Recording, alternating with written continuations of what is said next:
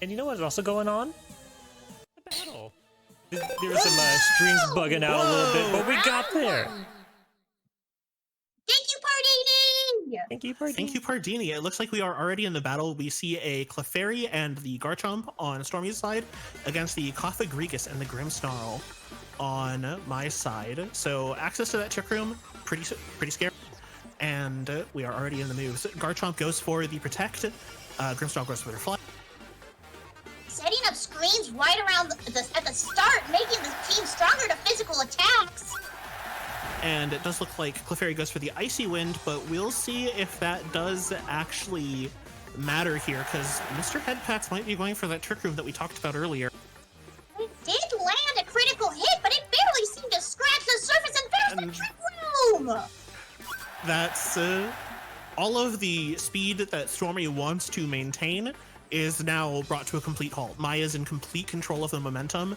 She is the one that decides when the Pokemon attack, and hers are attacking first, especially thanks to that speed drop on both Pokemon from the Icy Wind. They are, without a doubt, the slowest things on the field, and thanks to Trick Room, that means they are the fastest. I know that Maya didn't sign up for this and was instead conscripted into Fluffy Barrage this time.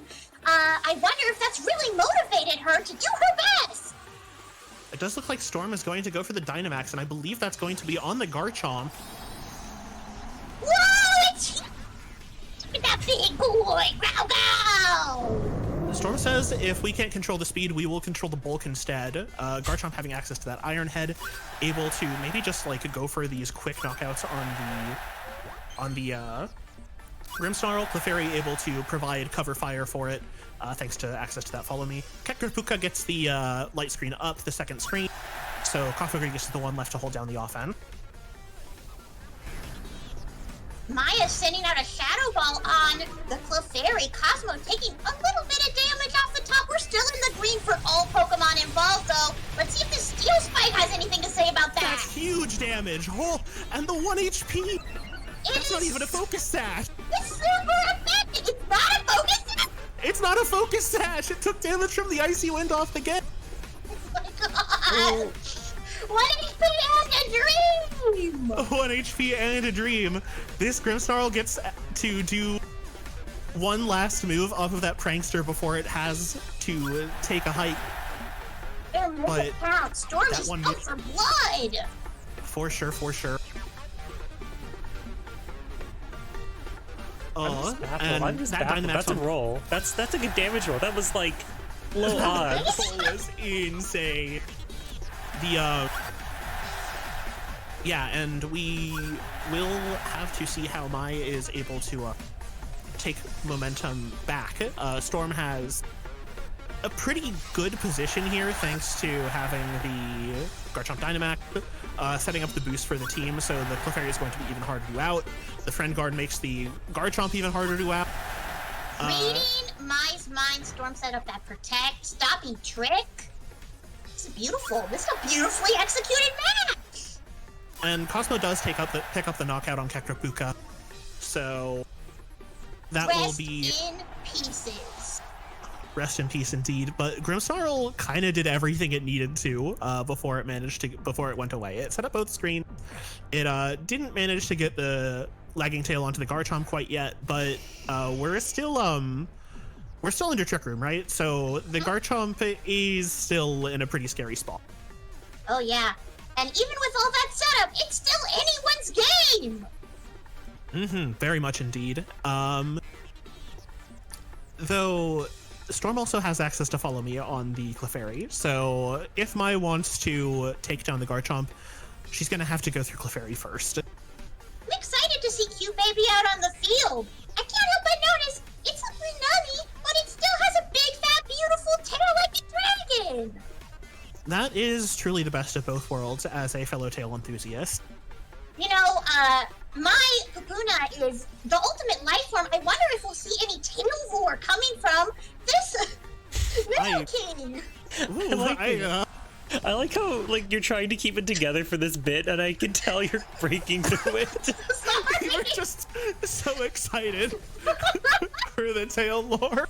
I was really sitting on that one, rearing up. Oh, the Max Quake going into the Nidoking. This is going to be brutal. Oh, it's just a one-shot. Pieces! Cute baby, It's no. up to my cute baby down in one shot. Mai losing another Pokemon to the undefeatable. But can undefeatable say undefeatable for long? Well, Undefeatable doesn't have its lifetime partner, Clefairy, on the field anymore. So Undefeatable will have to instead settle for this weird bug. Yeah, huge hit to morale from Undefeatable. That is indeed its comfort character. And Mai does also still have access to Dynamax, so if she wants control of the match back, we're gonna have to see a Dynamax pretty quick here. What do you think? Mai's gonna Dynamax. Let's hear some predictions. We have a very healthy Azumarill, so if we don't see a Dynamax from that, I'll be pretty shocked. Maybe that egg will hatch into just a bigger Azumarill. That is very possible. And Azumarill also has the fairy type effective on the Garchomp, so that being said, you have to worry about that Shedinja, right? It does have we all know what the Shedinja wants to do here. It just wants to make life hell. Oh yeah, that thing is tricksy as hell, but the Azumarill has a big dumb ball at the end of its tail, and you know it knows how to swing that thing. So let's see if it can make it work. There it goes. Unfortunately, Size only does so much against a Shedinja. I really want to make a joke about the hole in its back, but I there it will goes. refrain. I didn't Ooh. see a Shedinja, but it does have that focus sash on. You know it's carrying that thing. It's still up on the field! We're using Max Starfall. Now, what's the side effect of Max Starfall? Max Starfall also sets the Misty Terrain, which is going to make ground-bound dragons do less damage. It's bad news for that Garchomp. It's kind of hard to see the field through all this mist. But don't worry, we'll keep you up to date on all the action from up here. The Phantom Force coming in from the Shedinja, and at this point you have to think about how the players are approaching the late game, right? Mai needs to figure out a way around the Shedinja before it manages to just ruin the team. Shiny Gardevoir over there. She's dazzling. And just so gorgeous. And it's the last two Pokemon on both sides of the field. Both competitors pretty evenly matched. Mai has Dynamax up, slightly weak on the Cofagrigus, but no more Trick Room, pretty importantly, and that means Storm has control of the speed. But Dynamax is on a timer, so if Storm can wave the storm, I'm sure we'll see an exciting end to this match. The Phantom Force comes in. It's not quite enough to bring down Mr. Headpath. But he is in the red. We are hearing that beedoo. Ooh, the He mummy! uses out the Wonder Guard. This Shedinja is just dead in the water. And the Max Ooh. Steel Spike into Chaos. That's huge damage. That's a one-shot. Yo! Stunned, speechless. Stormy's really in a pinch here. Can Shedinja carry? Can this one mummy Shedinja carry the match? Oh no, I don't think it can actually. This is No. this is looking pretty bad. Yeah, that will do it for Storm for this round. But we still have two more. We still have one more round to go at the very least. All right, that's score one for Mai. Let's go back. Really laid her cards out on the table, and Stormy has a lot of data going into round 2. Thank you, Pardini. Shout out to Pardini. Looks like we're seeing Grimmsnarl Cofagrigus versus Clefairy Noivern here. Ooh, what a beautiful back! Look at its wingspan. Those are wings made for hugging. Very true. And knowing what we know from the first match, we know that this Cofagrigus wants to click Trick Room. So we're going to have to see how Stormy is going to be able to get around that here. Yeah, and I know that Clefairy really has something to prove on the rumor mill. I couldn't help but hear that it is indeed a washed-up ex-child star. Let's see if it can redeem itself in the second round. Really starting its career path on the right foot here.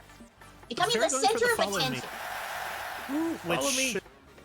The follow me a little interesting into this lead up, since we know that these two Pokemon on Maya's team want to do a little bit of setup before they actually launch any attacks. And we will see the follow me doing not very much into the Trick Room light screen that Maya goes for this first turn. These teams are are both heavily based on setting up in these early rounds. I wonder if we can see some disruption. Very true. We'll have to see if Rouge is able to get around these physical threats, these threats at this point. The light screen making them just a lot more bulky into anything that Stormy wants to do. Last turn we saw an early Dynamax from Storm. I wonder if we'll be waiting a while now that we have some data on our opponents. It's very possible, especially, it looks like Maya's playing a little bit more of a slower game this time around. Yeah, the egg is back and setting up screens for later. What I'm seeing right now is that the egg is on the field and it's relatively unthreatened. If Storm wants to take control of this game back, Storm is going to have to find, especially because of that heat waveness, Storm is going to have to find something that can adequately threaten Azumarill before it gets to set up that belly drum. Cosmo hit that egg with a weak magical fire. Yikes. Clefairy known for its help holding down the fort more so than its powerful offense. This is shocking to me because I look at that thing and I see evil in its eyes. Clefairy is very sinister, but it's sort of the little gremlin at a supervillain side, right? I wonder what it could be. It's sort of an Iago type, you know? Feed it a cracker! Hey, chat, if you have crackers, throw them out onto the pitch right now! Ooh, it's hungry. The follow me comes in. That means the crackers are all gonna hit. There is the belly drum. We are living in Azumarill's world now. Arlie, you know what belly drum does, right? Can you help the chat know? Yeah, I know one or two things about belly drum. You cut your HP and it makes you a freaking menace. This bunny is the scariest bunny that ever lived. And honestly, if I was Storm, I would be shitting myself right now. It's definitely a pants-shitting moment for Storm, especially because the Dynamax is still active for mine. It could just be incredible attack after incredible attack from Lure here, and it's true terror. There is a monster out on the field, and it is not a Garchomp, nor is it that funny little JoJo villain. It's the Iron Tail, and that's going to be a one-tap on Cosmo. Cosmo is down for the count. Okay, can I just say, Iron Tail actually landed? Hello? Yeah, that's crazy. 70% accurate move, and it's just... Is that a Fluffy Barrage first? Iron Tail landing? It might be. Let's go! It's a huge day for firsts, everybody! Ooh, but Storm did something interesting, the Lot Bunny, tricking over the Choice Scarf onto the Grimmsnarl. So now Grimmsnarl can only just spin. Grimmsnarl's here to speed. But Grimmsnarl does also have access to Trick itself, so if it wants out, it has the chance to get out. Can you trick on a trick? Yeah, you can. Trick just switches the items that you have. Ooh! I think that Grimmsnarl is going to be locked into Darkest Lariat right now because Ikuku is a bit faster than Kekakuki. So if it wants to trick, it's not going to be able to, but it is still, we are very much living in Azumarill's world presently, so we'll have to see how Storm managed to find a way out from Azumarill's world. We can hear the gears turning in the brains of our contestants down from that field, taking almost the entire time to make their choices. It does look like Maya opts for the priority Aqua Jet into Ikuku, picking up a clean knockout on that already slightly damaged Pokemon after that Darkest Lariat. It's so hard to see two queens fighting. It is truly challenging. And that right there was the Banui Bash right there. Ooh, a spread move, Dazzling Gleam, taking both a critical hit on Lure, taking both Pokemon down into the yellow. That crit might be just what Stormy needs to get a chance back into this game. Both competitors still have Dynamax, and the Twisted Dimensions just returned to normal. So Storm is now the one in control of the speed. Do have to watch out for that priority from Lure, though. Okay, and... Okay, so like now the Gardevoir actually with the Choice Scarf is probably one of the fastest things on the field next to the Noivern. So yeah, so the control of speed when all the way in Maya's favor, right back to Storm's. Huge moves from both opponents on this field. That's the fluffy Barrage difference, isn't it? And we're seeing a Dynamax! Who's it gonna be? Place your bets. It's gonna be on Noivern. Who's that Pokemon? I love the Dynamax cry for that.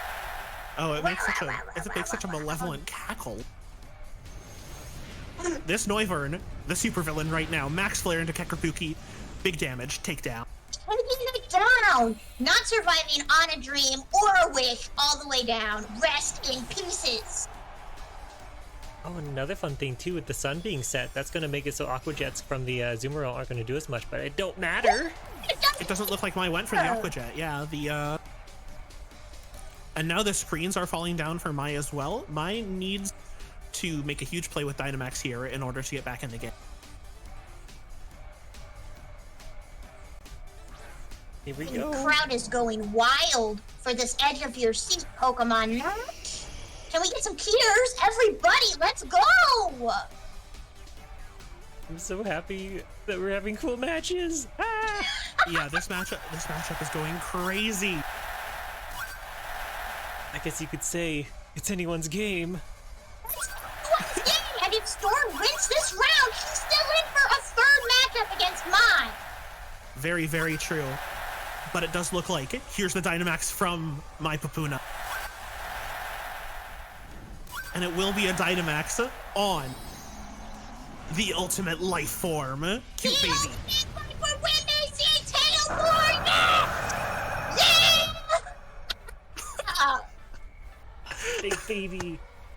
That's a big baby. Someone let this baby on the field. Max Flare boosted by the sun, going into Mr. Headpats. Knocks Mr. Headpats down to 22 HP. That's not quite enough to get the knockout. Psychic into Nidoking. Not quite enough to get the knockout thanks to that Dynamax. Max Ooze into Gardevoir. Huge damage, but not quite a knockout. Oh. Oh. Mr. All Headpats players stuck trading with blows. that rose. Yeah, they're trading blows out there on the field. It truly is anyone's game, and that is not just the mantra of Fluffy Barrage for no reason. It's because this is the only place where you can see crazy matchups like this.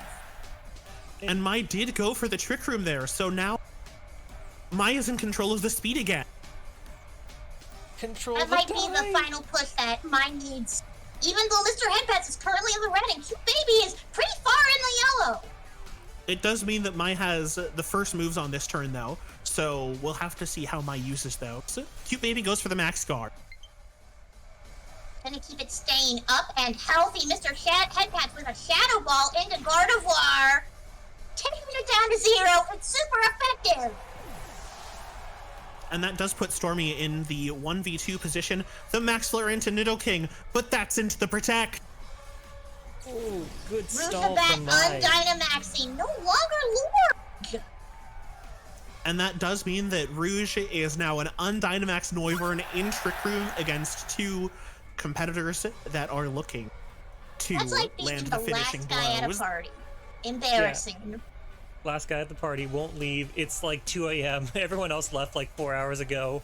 Noivern is still info dumping about old anime, but takes It a does Shadow leave a Ball Shadow directly Ball. to the face. And it does live with a +1 Shadow Ball from Cofagrigus, but this Max Ooze is going to be too much for it to handle. And Rouge does fall, making that my Pupuna's victory. Let's get that victory What? screen. An Let's go. incredible matchup.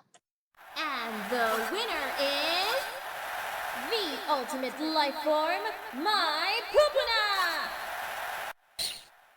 Oh, so cool.